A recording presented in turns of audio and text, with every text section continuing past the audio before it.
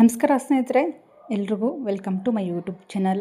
ಅಕ್ಕಿ ನೆನೆಸೋದು ಬೇಡ, ಅಕ್ಕಿ ರುಬ್ಬೋದು ಬೇಡ, ಮಿಕ್ಸಿಗೆ ಹಾಕೋದು ಬೇಡ. ಇಡೀ ಗಂಟೆಗಟ್ಟಲೆ ಕೂತ್ಕೊಂಡು ಅಕ್ಕಿನ ನೆನೆಸ್ಕೋ ಒಂದು ಟೈಮು ಬೇಡ ನಮಗೆ. ಸಿಕ್ಕಾಪಟ್ಟೆ ಟೈಮ್ ಇಲ್ಲಪ್ಪ ನಮಗೆ ಅಕ್ಕಿ ನೆನೆಸೋವಷ್ಟು ಅಂತ ಅಂದರೆ ದಿಢೀರನ್ನೇ ಬೆಳಗ್ಗೆನೇ ಬ್ರೇಕ್ಫಾಸ್ಟನ್ನು ಮಾಡ್ಕೊಂಡು ತಿನ್ಬೋದು. ಬನ್ನಿ, ಮಕ್ಕಳ ಲಂಚ್ ಬಾಕ್ಸ್ ಆಗಿರ್ಬೋದು, ಮಕ್ಕಳಿಗೆ ಟಿಫನ್ ಆಗಿರ್ಬೋದು, ಹಸ್ಬೆಂಡಿಗೆ ಆಫೀಸ್ ಹೋಗೋದಾಗಿರ್ಬೋದು, ಈ ರೀತಿ ಮಾಡೋದ್ರಿಂದ ಎಷ್ಟು ಫಾಸ್ಟಾಗಿ ಆಗುತ್ತೆ ಅಂತಂದರೆ ಅಷ್ಟೇ ಕ್ರಿಸ್ಪಿಯಾಗಿ ತುಂಬ ಚೆನ್ನಾಗಿ ಆಗುತ್ತೆ.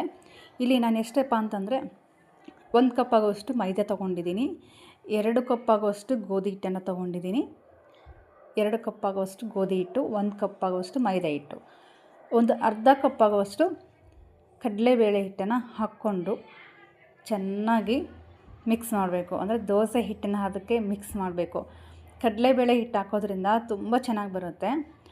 ರುಚಿಗೆ ತಕ್ಕಷ್ಟು ಉಪ್ಪನ್ನು ಹಾಕ್ಕೊಂಡು ನೀರು ಹಾಕಿಬಿಟ್ಟು ಚೆನ್ನಾಗಿ ಕಲಸೋದ್ರಿಂದ ದೋಸೆ ಹಿಟ್ಟು ಯಾವ ರೀತಿ ಇರುತ್ತೋ ಅದೇ ರೀತಿ ನಮಗೆ ಇಲ್ಲಿ ರೆಡಿ ಮಾಡ್ಕೋಬೇಕು.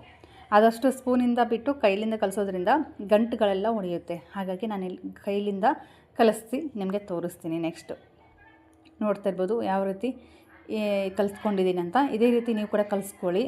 ಗಂಟುಗಳು ಜಾಸ್ತಿ ಇರಬಾರ್ದು. ಕೈಲಿಂದ ಈ ರೀತಿ ಹೊಡ್ಕೊಂಡು, ಸ್ಪೂನಿಂದ ಕೂಡ ಹೊಡ್ಕೊಂಡು ಗಂಟುಗಳು ಇಲ್ಲದೇ ನಾವು ಹಿಟ್ಟನ್ನು ಕಲಿಸ್ಕೋಬೇಕಾಗತ್ತೆ. ಚಿಟಿಕೆ ಸೋಡಾನು ಹಾಕ್ಕೋಬೋದು. ಸೋಡಾ ಹಾಕೋದ್ರಿಂದ ಇನ್ನೂ ಕ್ರಿಸ್ಪಿಯಾಗಿ ತುಂಬ ಚೆನ್ನಾಗಿ ಬರುತ್ತೆ. ಇವತ್ತು ತವ ಕಾಯೋದಕ್ಕೆ ಇಟ್ಟಿದ್ದೀನಿ, ಹಾಕಿ ತೋರಿಸ್ತಿದ್ದೀನಿ ನಿಮಗೆ. ಇಷ್ಟು ಚೆನ್ನಾಗಿ ಬಂದಿದೆ ದೋಸೆ, ಕಲರ್ಫುಲ್ಲಾಗಿ ಅಂತಂದರೆ ತುಂಬ ಚೆನ್ನಾಗಿ ಬಂದಿದೆ.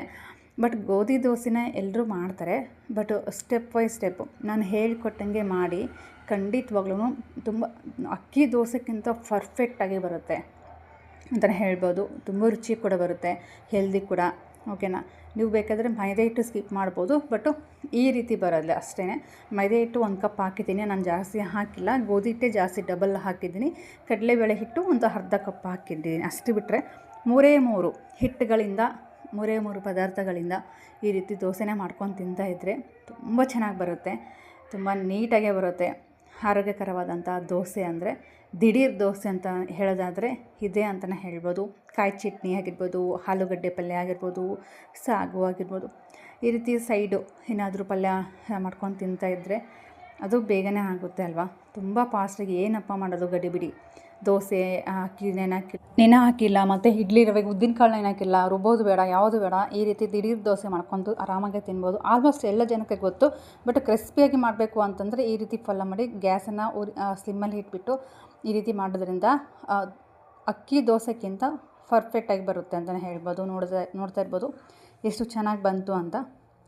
ಅಷ್ಟೇ ನೀಟಾಗೆ ಬರುತ್ತೆ, ಏನೂ ಕಟ್ಟಾಗಲ್ಲ, ಹರಿಯಲ್ಲ. ದೋಸೆ ಮಾತ್ರ ಪರ್ಫೆಕ್ಟಾಗಿ ಬರುತ್ತೆ.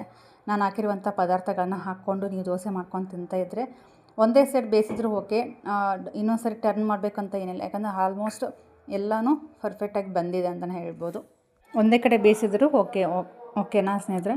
ನೋಡ್ತಾ ಇರ್ಬೋದು ಈ ಒಂದು ದೋಸೆ, ಈ ಒಂದು ರೆಸಿಪಿ ನಿಮ್ಗೆ ಏನಾದರೂ ಇಷ್ಟ ಆದರೆ ಲೈಕ್ ಮಾಡಿ, ಶೇರ್ ಮಾಡಿ, ಆದಷ್ಟು ಸಬ್ಸ್ಕ್ರೈಬ್ ಮಾಡ್ಕೊಂಡು ನನ್ನ ಒಂದು ಚಾನಲ್ಗೆ ಸಪೋರ್ಟ್ ಕೊಡಿ ಅಂತ ಹೇಳ್ಬೋದು. ಈ ರೀತಿ ದೋಸೆ ಹಾಕಬೇಕಾದ್ರೂ ಅಷ್ಟೇ ನೀಟಾಗಿ ಬರುತ್ತೆ ದೋಸೆ. ಅಂದರೆ ತುಂಬ ತೆಳುವಾಗಲ್ಲ,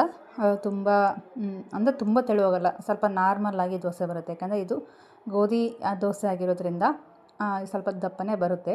ಸ್ವಲ್ಪ ಮೀಡಿಯಮ್ ಸ್ಲಿಮ್ಮಲ್ಲಿ ಇಟ್ಬಿಟ್ಟು ರೋಸ್ಟ್ ಮಾಡ್ಕೋಬೇಕಾಗತ್ತೆ. ದೋಸೆ ತುಂಬ ಚೆನ್ನಾಗಿ ಬರುತ್ತೆ ಆವಾಗ.